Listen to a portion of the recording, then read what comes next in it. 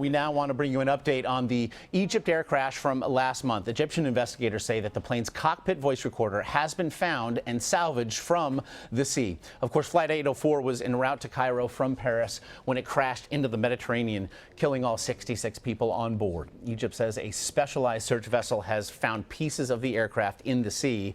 The next step now is to map the wreckage on the seafloor. We do know the plane took a sharp turn before plummeting and that there was also smoke reported in the lavatory. The cause of the crash, however, remains a mystery, though a mystery that we perhaps might be a step closer in solving now. We're joined by former NTSB Chairman Mark Rosenker, joins us by phone. And Mark, just what might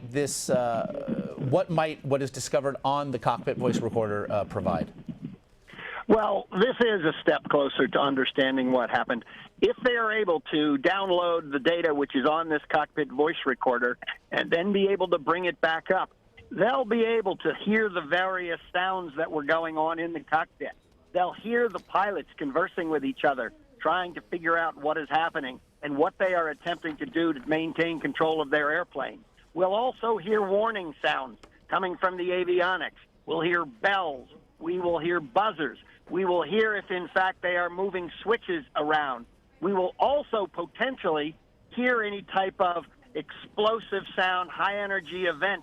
But not only will we be able to hear, but we will be able to see through a waveform monitor if, in fact, this was a high-energy event, which could signify a bomb, or a technical failure which brought the aircraft down. Mark, what condition would the recorder be in? Well, we like to believe that it is in good shape. These are built extremely well. They're able to withstand significant G-force, and they're able to withstand any type of fire. However, they can break. They can, unfortunately, provide water potentially in the electronics. We don't know the condition. We are hoping that they are able to bring the box up in a position that, in fact, enables them to download the memory chips, which, in fact, hold the information. Now, Mark, we mentioned it was Egyptian authorities who discovered the recorder and have salvaged it again from the seafloor. Who will then process this information? The Egyptians are in charge of this investigation. They do have the technical capability to do it.